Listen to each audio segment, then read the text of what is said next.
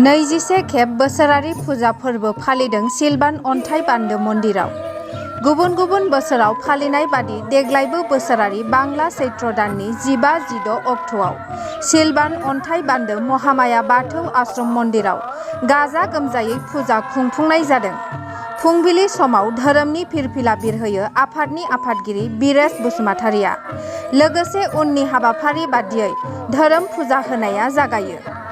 नंगौ, क'क्राझार जिल्ला पर्बतझरा महकुमानि सिङाव दुलिगाव गामिनि साखाथियावनो सिलबान अन्थाइ बान्दो मुङैनो गोबां देब-देबीनि माखासे सावगारि नुथायखौ लानानै गोबां रायजो राजाफोरा गावबा गावनि धोरोमखौ लानानै गोबां रोखोमनि गावबा गावनि फुजा होनायखौ नुनो मोननाय जादों। चेनेलनि गेजेरजों जोंनि बे सिलबान अन्थाइ बान्दो महामाया बाथौ मन्दिर आश्रमाव जों बोसोरे बिदिनो खुङै खुंबोनानै देग्लायसिमाव 21 खेब जाबाय। दा बे 21 खेबनि फुजा खुंनायाव दिनै फाल्गुननि चैत्र मासनि जोङो प्रत्येक 15-16 खुङो। दा बिदिनो देग्लायनि बोसोरावबो जोङो जाकजमकै साननैनि हाबाफारि लानानै बे फुजा हाबाफारिखौ बारहोहरनो आखायाव लाबाय।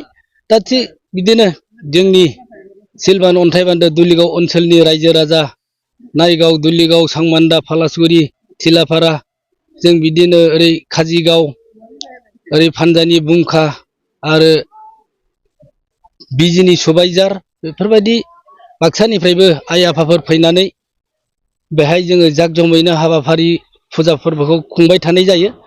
देग्लायहाय जोङो मोनसे सोलायनाय हाबाफारि लाबोनो सानदों।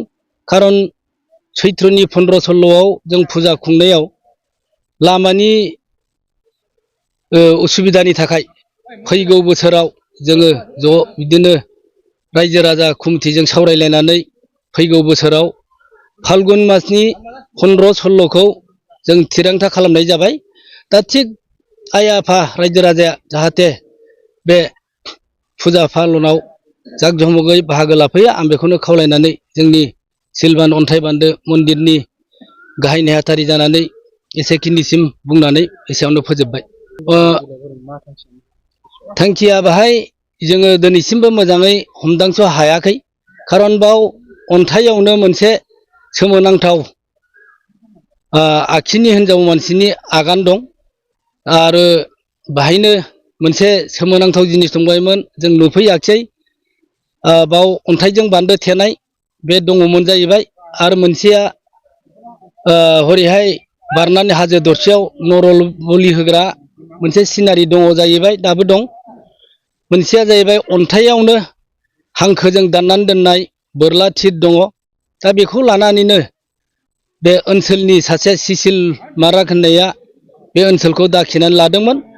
बिथांखौ सिमां मोगथां सोबनायबाय थानायलाय बिथाङा गिनानै जोंनो बे ओनसोलखौ हगारना होदों। दा जोङो बेखौ सती पार्बतीनि ओनसोल होननानै बाव बाथौ थानसालि गायसननानै बेजोंनो जों दिनैसिम बिदियैनो दाब दाब देबतानि स्थान होनानै जों आर'ज गाबगासिनो दं।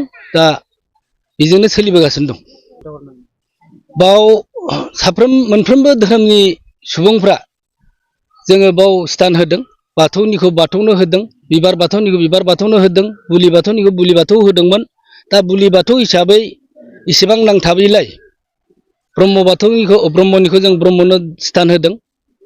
दा बुलि बाथौ हिसाबै एसेखिनिसिमाव दिनैसिम आग्रह जायाखै। दा जोङो बेवहाय बिमा महामायानि नामै फारौ जरा, हांसो बा बोरमा बुलि होयोमोन। दा बेखौबो जोङो सोलायनायनि नामाव देग्लायनिफ्राय बे आइ आफामोननो जोङो बुलिखौ होले होननानै थिरांथा लाबाय। देग्लायनिफ्रायनो जोङो बे हांसो, फारौ, बोरमा बेखौ बिमाफोरनि नामाव हगारनानै देग्लायनिफ्राय जोङो बे बिबार बाथौजोंनो फालिलांनो होननानै आखायाव लाबाय।